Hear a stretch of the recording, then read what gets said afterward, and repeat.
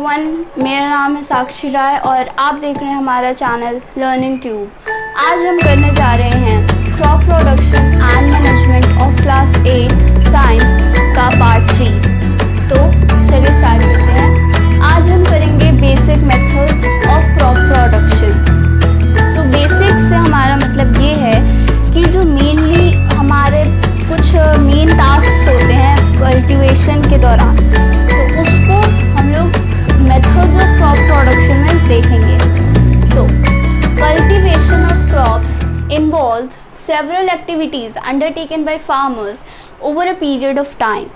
एक समय के दौरान, एक पर्टिकुलर टाइम के दौरान जो कल्टीवेशन, क्रॉप के कल्टीवेशन के बीच में उनको कई सारी फार्मर्स को कई सारी एक्टिविटीज़ करनी पड़ती हैं और उन एक्टिविटीज़ को करने में उनको बहुत सी चीज़ों की ज़रूरत पड़ती है। उसके बारे में भी हम समझेंगे अगले वीडियो में। पर इस बार अभी हम लोग समझेंगे कि क्या क्या प्रैक्टिसेस की जाती हैं उसमें। These activities are referred to as agriculture practices। तो ये जो एक्टिविटीज़ होती हैं, कुछ छोटी छोटी एक्टिविटीज़, उसको एग्रीकल्चर प्रैक्टिसेस कहा जाता है। और उनमें से हम लोग मेनली जो मेन एक्टिविटीज़ होती हैं उनको समझेंगे। सो फर्स्टली, सबसे पहले होता है प्रिपरेशन ऑफ सॉइल। मतलब सॉइल प्रिपेयर की जाती है, उसको खोदा जाता है, उनको प्लो किया जाता है और उनको एक सॉइल में सोइंग करने के लिए उसको प्रिपेयर किया जाता है। And then there is sowing, मतलब बीज बोए जाते हैं। उसके बाद बीज बोने के बाद उसमें एडिंग मैन्योर्स एंड फर्टिलाइजर्स, फिर सॉइल में मैन्योर्स और फर्टिलाइजर्स डाले जाते हैं ताकि सॉइल को एक पर्टिकुलर अमाउंट ऑफ न्यूट्रिएंट्स जो कि प्लांट्स को ज़रूरत है वो मिल सके। उसके बाद फिर इरिगेशन मतलब होता है पौधों में पानी जो हम लोग डालते हैं उसको इरिगेशन कहते हैं। इरिगेशन के भी बहुत सारे टेक्निक्स हैं, modern methods and cultural methods, classic methods, बहुत सारे हैं जो कि हम लोग आगे की वीडियोस में समझेंगे। उसके बाद आता है प्रोटेक्टिंग फ्रॉम वीड्स। उसके बाद वीड्स हमारे क्या होते हैं, अनवांटेड प्लांट्स लाइक जब हम लोग कोई कल्टीवेट करते हैं किसी क्रॉप को, तो उसमें कई ऐसे प्लांट्स भी अपने आप उग जाते हैं, उसकी हमारे को बीज बोने की ज़रूरत नहीं पड़ती, वो अपने आप उग जाते हैं जिसकी हमारे को ज़रूरत भी नहीं होती। और फिर वो हमारे प्लांट्स के साथ कम्पीट करते हैं, जिससे प्लांट्स को सफिशिएंट न्यूट्रिएंट्स नहीं मिल पाते और उसके लिए हमारे को प्लांट्स को वीड्स से बचाना होता है। उसमें वीडिसाइड्स, पेस्टिसाइड्स सब डाले जाते हैं जिससे वीड्स को हम लोग ख़त्म करते हैं। ठीक है, तो नेक्स्ट उसके बाद हमारा होता है हार्वेस्टिंग। जब हमारा क्रॉप पूरी तरह से उग चुका होता है, उसमें फ्रूट्स जो होने होते हैं या जो ग्रेन्स होने होते हैं वो सब हो चुके होते हैं, तो हम लोग फिर हार्वेस्टिंग करते हैं। मतलब पौधों की कटाई जो होती है, फसलों की कटाई, उसको हार्वेस्टिंग कहते हैं। उसके बाद हार्वेस्ट करने के बाद जो हमारे पास ग्रेन्स या क्रॉप्स जो बनते हैं उसको स्टोर करना होता है। तो हार्वेस्टिंग के बाद फिर स्टोरेज का काम आता है, जिसमें कि हम लोग स्टोर करते हैं बड़े बड़े टैंक्स में एंड बहुत सारी स्टोरेज की जगह होती है। सो ये थे हमारे कुछ एग्रीकल्चर प्रैक्टिसेस। एक बार दोबारा से देख लेते हैं। फर्स्ट होता है preparation of soil and then sowing, then adding manure and fertilizers, then irrigation, then protecting from weeds, then harvesting and then storage. So these were 7 steps of agriculture। हम लोग आगे की वीडियोस में सभी को एक एक करके समझेंगे और फिर ये भी समझेंगे कि उनके लिए हम लोग कौन से टूल्स यूज़ करते हैं। बट अभी हम लोग ये समझेंगे कि इनमें टूल्स कौन से यूज़ होते हैं, उसका एक एग्जाम्पल लेंगे। तो चलिए देखते हैं कि इनमें टूल्स कौन से यूज़ होते हैं। तो अब हम लोग देखते हैं common implements used in agriculture. First of all, implements means tools. The tools that are used in agriculture are also called implements. So common implements used in agriculture. हम लोग इसमें कई सारे हमने सारे के सारे लिखे हुए हैं और उसमें अलग अलग हर एक प्रैक्टिस में अलग टूल्स यूज़ होते हैं। उसका भी मैंने एक लिस्ट बना दिया है, आप चाहें तो इसको नोट डाउन कर सकते हैं। First of all soil preparation में दो चीज़ें होती हैं। First is ploughing and then levelling. So ploughing में वुडन और आयरन प्लो यूज़ होता है एंड लेवलिंग में वुडन और आयरन लेवलर मींस जो लेवलिंग करने में, जो सॉइल के को लेवल में करने में हेल्प करता है, और प्लो जो उसको खुदाई करने में हेल्प करता है। देन सोइंग में भी प्लॉज यूज़ हो सकते हैं, हैंड सोइंग भी होती है एंड सीड ड्रिल्स भी होते हैं। देन कम्स मैन्योरिंग में मैनुअली भी हो सकता है, मतलब आप खुद अपने आप भी डाल सकते हैं, नहीं तो ड्रिल्स भी आते हैं उसके लिए with drills. Then is irrigation. Irrigation में पानी डालना जो होता है उसमें ट्यूब वेल भी यूज़ हो सकते हैं, मतलब कुएं से मोटर लगा के आप उसमें से पानी दे सकते हैं। अदरवाइज स्प्रिंकलर्स, जो लार्ज लैंड्स होती हैं उनमें स्प्रिंकलर्स यूज़ होते हैं। देन वीडिंग में आप खुरपी, जिसको हम लोग ट्रॉल कहते हैं, ट्रॉवल भी यूज़ कर सकते हैं। Then is crop protection from weeds. Weeds से क्रॉप प्रोटेक्शन करते हैं हम लोग फ्रॉम स्प्रेयर्स। वीड्स का वीडीसाइड स्प्रेयर डालते हैं। प्रोटेक्शन के बाद फिर आता है हार्वेस्टिंग में हम लोग सिकल यूज़ करते हैं। हार्वेस्टिंग मशीन्स भी आते हैं जिसको हम लोग यूज़ करते हैं। Then is threshing. थ्रेशिंग में एनिमल्स का यूज़ हो सकता है and there are threshers also and combiners भी होते हैं।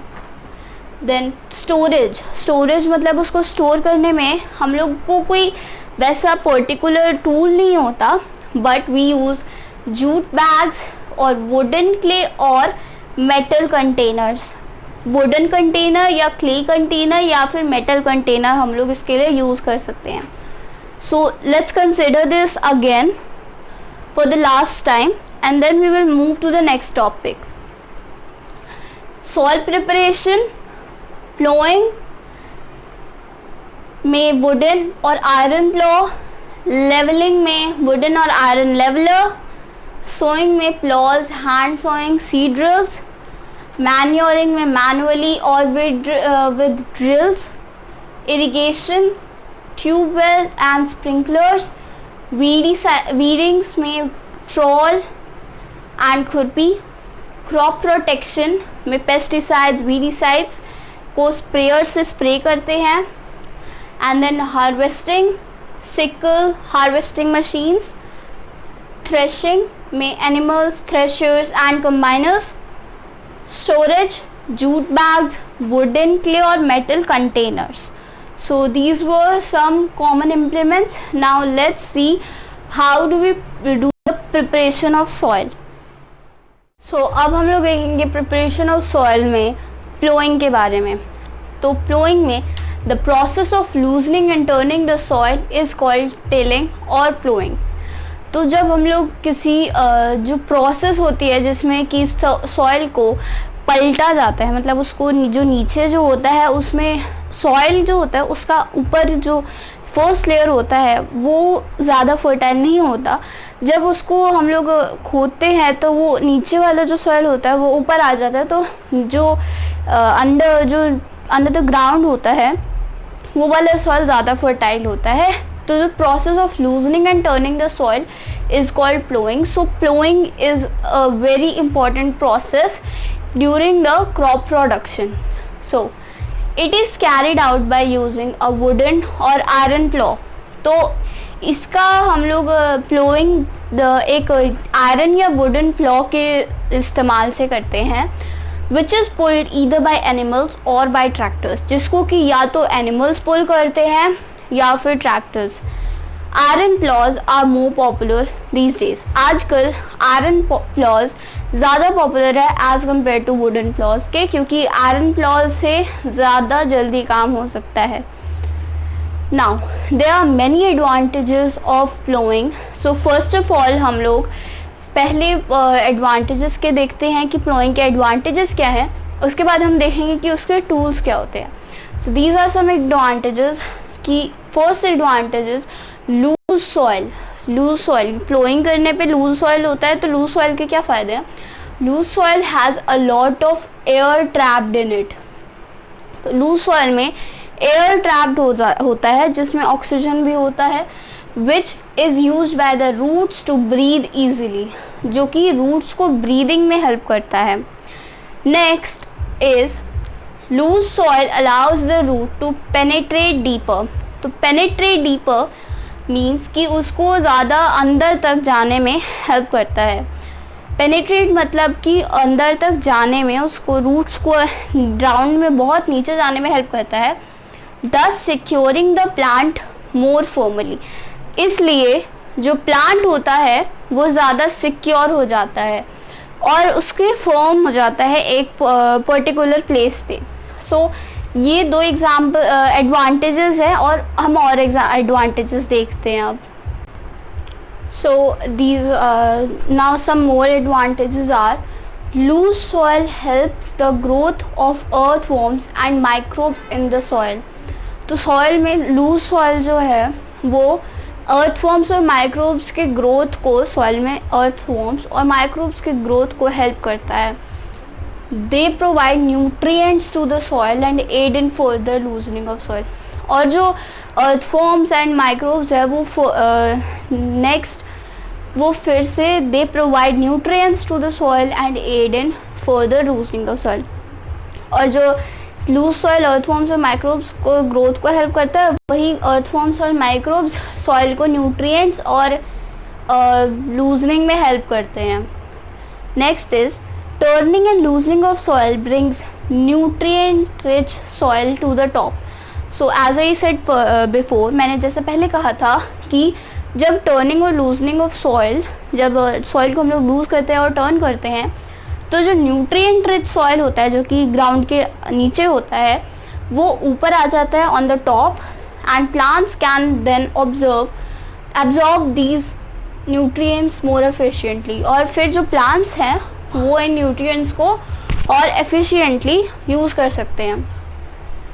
Loose soil mixes more uniformly with fertilizers. तो लूज सॉइल जो है वो फर्टिलाइजर्स के साथ और अच्छे से एब्जॉर्ब हो सकता है और अच्छे से मिक्स हो सकता है. Now agricultural implements use for ploughing are. जो प्लोइंग यूज़ करने के लिए जो एग्रीकल्चरल इम्प्लीमेंट्स यूज़ होते हैं वो हैं प्लॉ, हो एंड कल्टीवेटर. तो ये हैं तीन agricultural implements. Implements means tools, जैसा कि मैंने आपको पहले भी बताया है. और पहला हम लोग इन सारे टूल्स को एक एक करके समझते हैं. सो फर्स्ट ऑफ ऑल हम लोग समझेंगे प्लॉ के बारे में. सो प्लॉ के बारे में समझते हैं कि ये कौन सा एग्रीकल्चरल इम्प्लीमेंट है जो कि प्लॉइंग में हेल्प करता है. सो अब हम लोग करेंगे प्लॉ के बारे में. So plough is the first implement use for ploughing. Plough, it is an implement made of wood and is drawn by a pair of bull or other animals. So plough एक implement होता है, मतलब एक tool होता है जो कि would का बना होता है और बुल्स या कोई और एनिमल उसको खींचता है तो वो वर्क करता है. मतलब कि इसको आप मशीन से नहीं यूज़ करते, आप इसको या तो ट्रैक्टर से कर सकते हैं या फिर बुल से कर सकते हैं. Okay, so it contains a strong triangular iron strip. तो इसमें एक स्ट्रॉन्ग ट्रायंगुलर आयरन स्ट्रिप लगी होती है जिसको कि हम लोग प्लॉ शेयर कहते हैं, which is attach to a long log of wood. So it is attach to a long log of wood. Log of wood मतलब एक लकड़ी का गट्ठा, which is called a plough shaft. इसको प्लॉ शाफ्ट कहते हैं. जो प्लॉ शेयर होता है वो प्लॉ शाफ्ट से अटैच होता है. The other end of the plough shaft is attach to a beam which is placed on the bull's neck. और जो प्लॉ शाफ्ट होता है उसका जो लास्ट नेक्स्ट एंड होता है वो एक बीम से जुड़ा होता है। बीम मीन्स ऐसे होता है जिसको कि बुल के नेक पर रखा जाता है और फिर बुल जब मूव करता है तो वो मूव करता है उसके साथ साथ और प्लॉइंग होती रहती है। So the indigenous wooden plough is now increasingly being replaced by iron plough.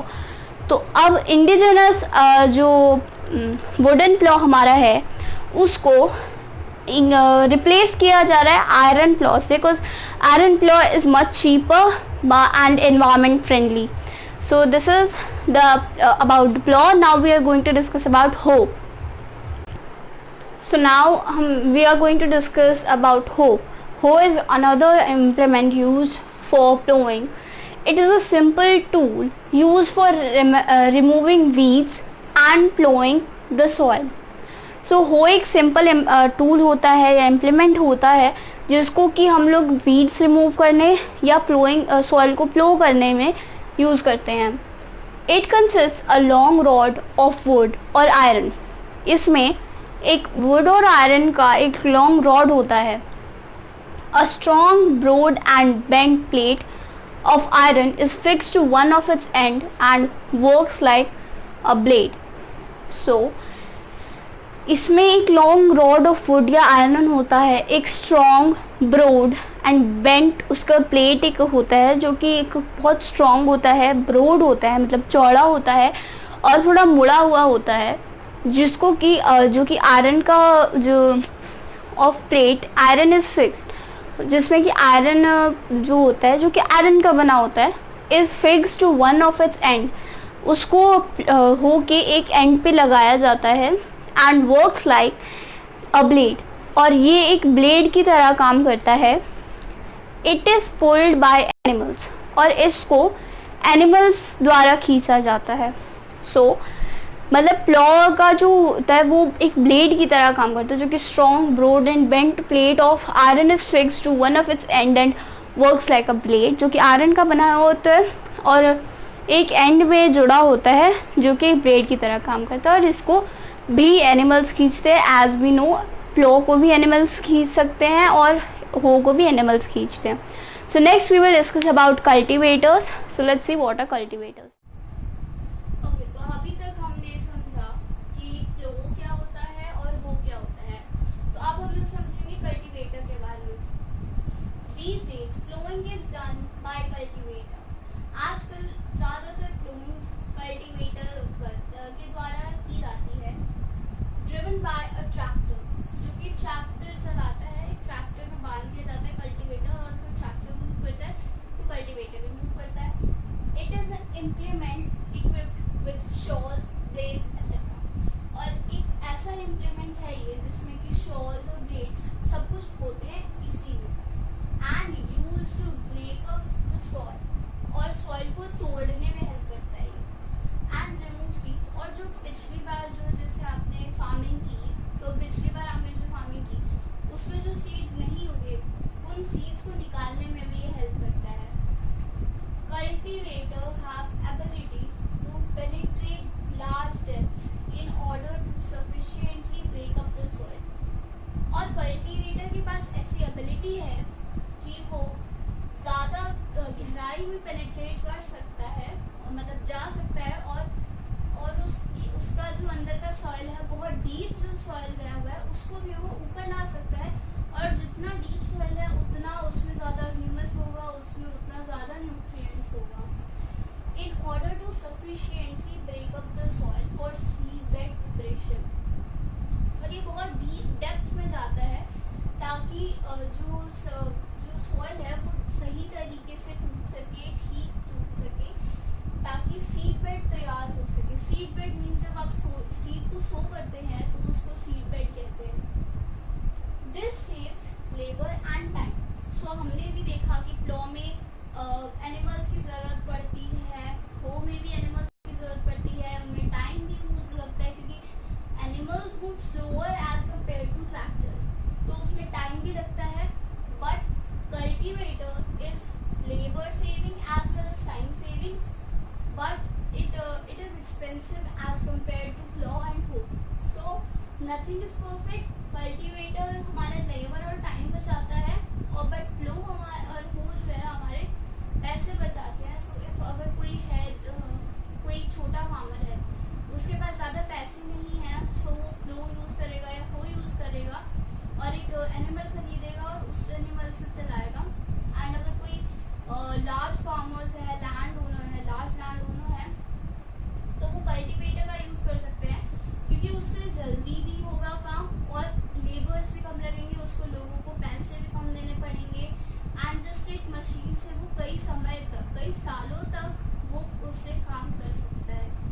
So this was about cultivating cultivators. तो अभी हमने प्लॉइंग के बारे में सीखा, प्रिपरेशन ऑफ सॉइल में। अब हम लोग देखेंगे लेवलिंग के बारे में। So now let's discuss what is levelling. Tile soil may have big lumps of tile soil में big lumps of soil, tile soil जो होते हैं उसमें big lumps of soil हो सकते हैं, और these needs to be crushed and soil should be leveled, और इनको क्रश करना जाना चाहिए और soil को लेवल में लाना पड़ता है। Now let's discuss about leveling. So tile soil may have big lumps of soil. तो tile soil में big lumps of soil, lumps मतलब एक ढेर हो जाता है soil का जब टिलिंग करते हैं तो these need to be crushed and the soil should be leveled. इनको क्रश करा जाना पड़ता है और soil को लेवल में लाना पड़ता है। This is done with the help of a wooden or iron leveler.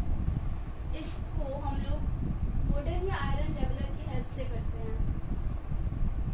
Levelling prevents erosion of soil by wind और वाटर, और लेवलिंग से अगर विंड या वाटर से सॉइल इरोजन नहीं हो पाता है और उसमें हमारे को हेल्प मिलती है। Now let's discuss what are the importance of levelling.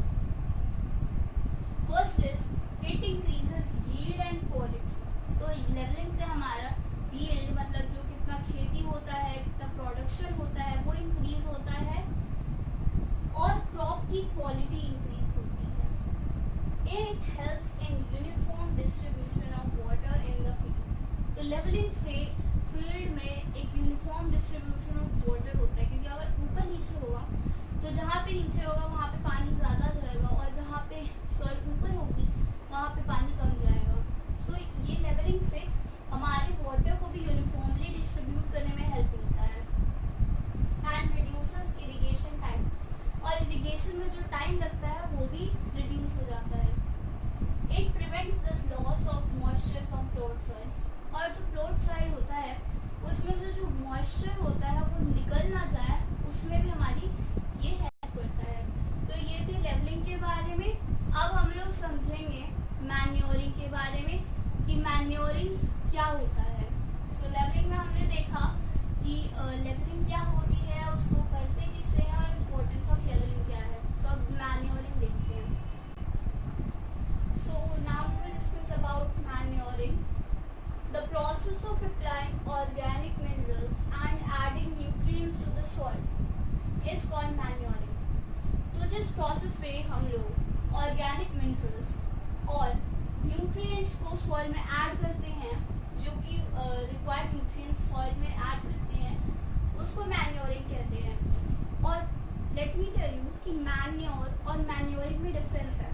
Manuring में आप फर्टिलाइजर्स को भी ऐड करना मैन्योरिंग में ही आएगा, बट मैन्योर को डालना भी मैन्योरिंग में ही आएगा। तो मैन्योर्स और फर्टिलाइजर्स मैन्योरिंग की ही एक पार्ट है। Just they are two different types of nutrient adding chemicals.